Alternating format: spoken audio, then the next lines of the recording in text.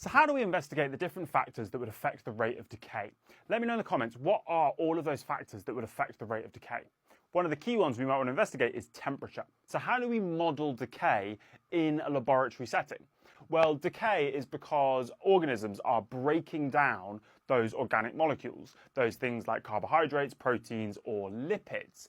And how the decomposers breaking those down, they're breaking them down because of enzymes. So I can model the action of those enzymes on those organic molecules. Let's take lipids, for example. If I use lipids and I use lipase enzymes to break down those lipids, they are going to produce glycerol and fatty acids as a product. So in our first test tube here, we have our lipids and our lipase enzymes. We're also going to add an indicator, and what the indicator is going to do is it's going to change colour based on the pH. As the pH goes below a certain level, it will change to a sort of pinkish, purple, reddish sort of colour.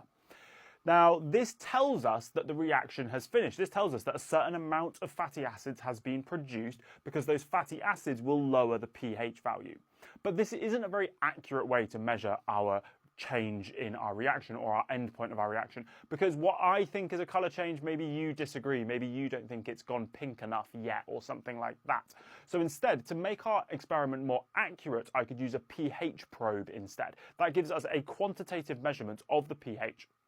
Once we've got a pH probe, we can then start to monitor the change in the pH over time. We're going to use different water baths to set up different temperatures, and we're going to plot our results like so.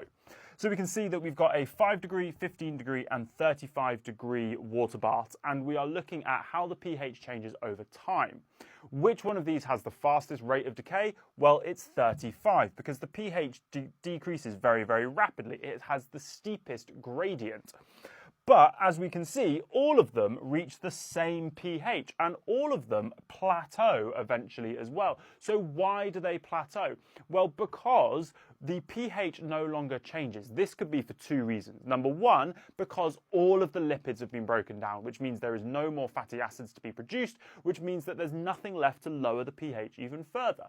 Or, how does the pH affect the enzymes? Well, maybe we've got to such a low pH that the enzymes have actually denatured because of the acidic pH, which means that the reaction has now stopped. So there could be two reasons as to why it plateaus towards the end there. This experiment allows us to model decay and allows us to investigate how different factors might affect the rate of decay. All right, make sure you give me a follow so you don't miss any other important GCSE biology content just like this.